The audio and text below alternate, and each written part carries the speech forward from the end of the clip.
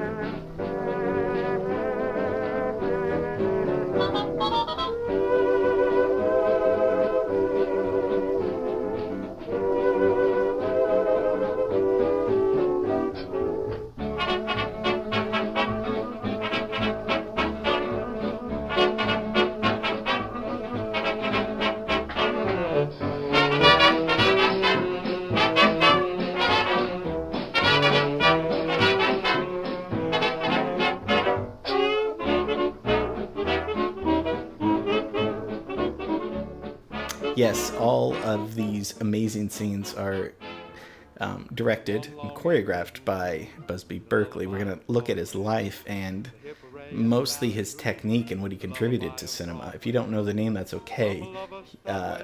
Almost, so many directors have stolen from him, including the very famous scene in The Big Lebowski. Paid tribute to him, maybe it's a better way of saying it, but he really helped make the golden age of Hollywood, the 1930s mostly in particular. He showed how brilliant his imagination was, and people loved it. I mean, how could you not? It's very hard to not think that this is spectacular stuff. I'll probably just be showing some clips and talking about them in between because, we're not going to sit and watch all the movies, of course. Just what he contributed to. As you can see there, the geometric patterns are amazing. He used large numbers of showgirls, a few that he married, actually, and props as fantasy elements and a kaleidoscope on-screen performances. That's what he's doing.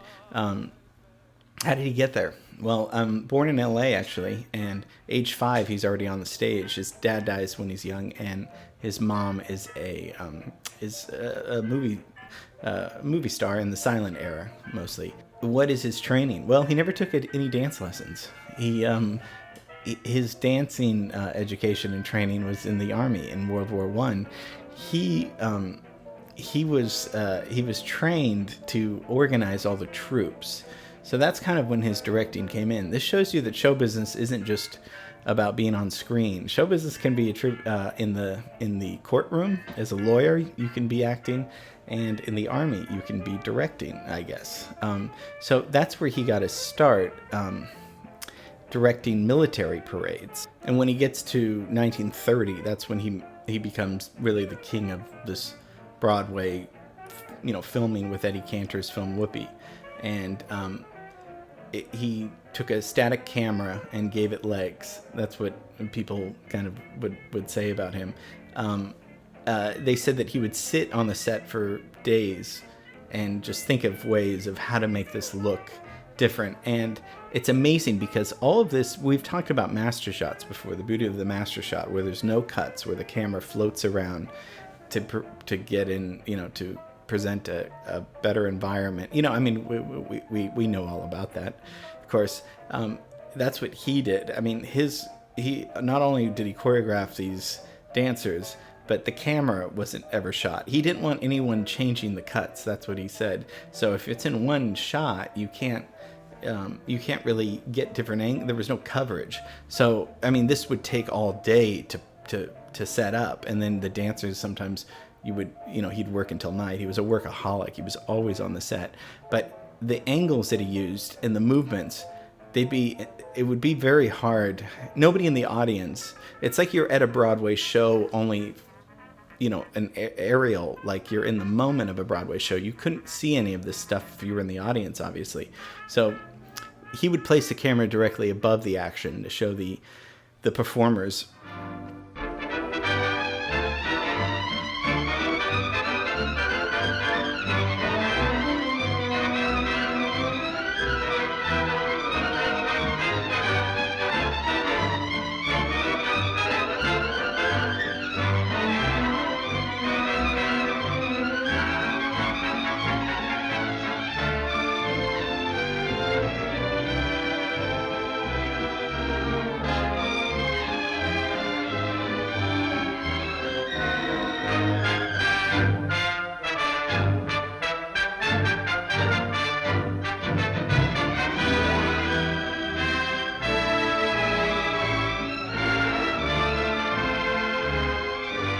So he was all about presentation, as you can see. He would spend and they said that he was less concerned with how well the girls could dance, as opposed to how attractive they fit in these geometric patterns. Because it's true. I mean, some of them are great dancers, but some of them it looks so perfect. I mean, it's unbelievable how he even got these things to work. And he was so focused on the presentation, the decoration, and they said that some of these scenes cost $10,000 a minute.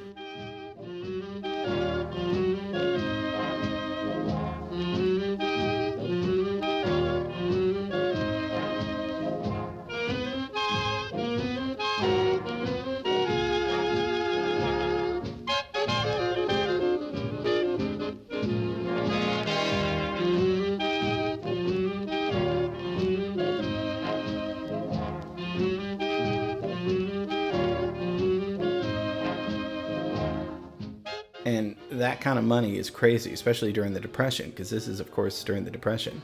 But the camera techniques, I mean, unbelievable how he's floating around, and these sets that were so big. And, I mean, he was using all aspects of dancing, music, choreography, camera movement. I mean, way ahead of his time, And he would get close to the action, and he would make it move. He would bring it dimension. He would pull apart musical elements, going to close-ups and dancers' legs and the smiling and the faces, the hopeful faces, the smile. I mean, so many camera setups just for a single number, and from every conceivable viewpoint, he was just. I mean, he must have been in Disneyland doing these things.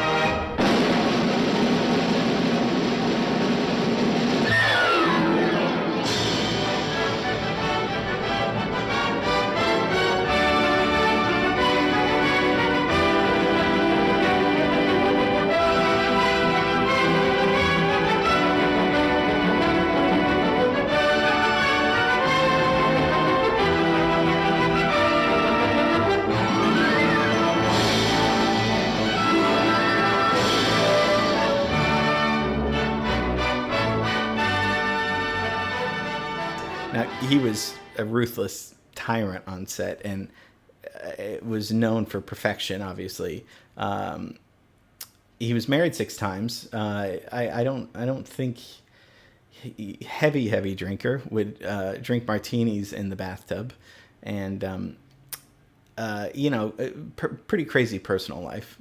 Again, another genius that's eccentric, to say the least, and gone into some trouble with some drunk driving and all that stuff. But gosh, what he contributed to film was just amazing. I mean, these things are just, it's kind of like, it's just eye candy. It really makes you smile.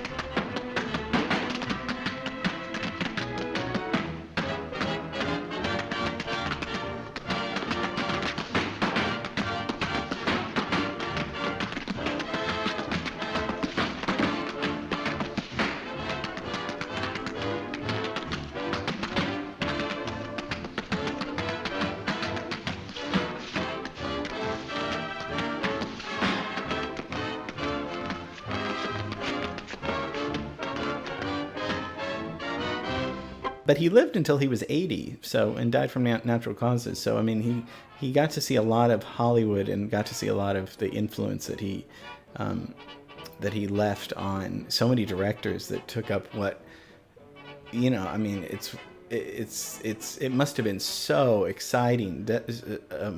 Definitely for the people during the Depression that could afford just a ticket to go. You know, you couldn't see a real play or a real Broadway show, but you could go in and see a movie, and to see a movie like this on the screen, to get that kind of entertainment must have just been exhilarating, because even today it's unbelievable the extreme attention to detail he had, to make us all smile even today. So that's Busby Berkeley. So now you know about him.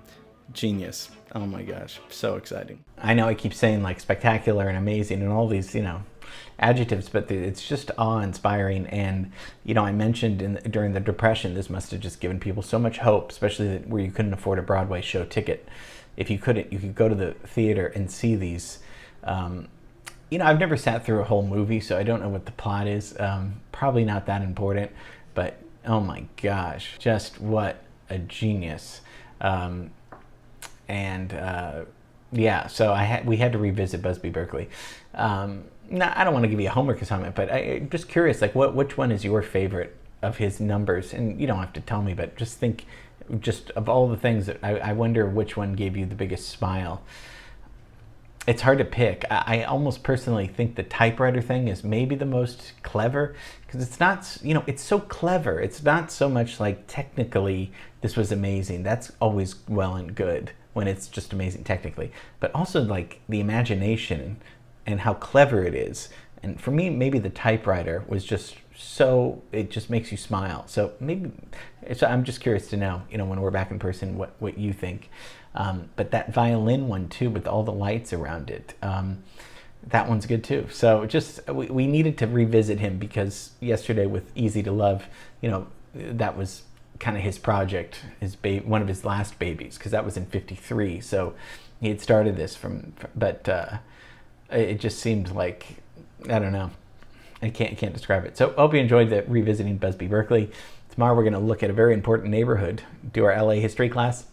Then we see your results on Friday, and then we're done with the week, and we do it all again. So thanks for being with me. Thanks for watching. Love you guys, and see you tomorrow. Okay, bye.